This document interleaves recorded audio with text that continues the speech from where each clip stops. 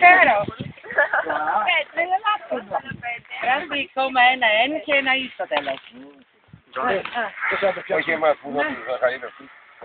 Και του το είπα, του λέω έτσι γράμματα μου λένε. Ναι.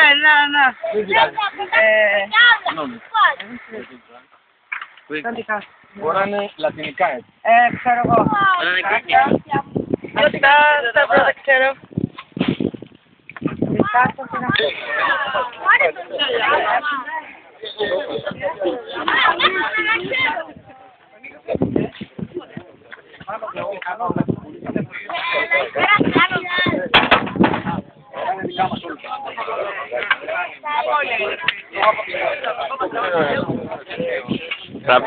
Τα πρώτα καλύτερα.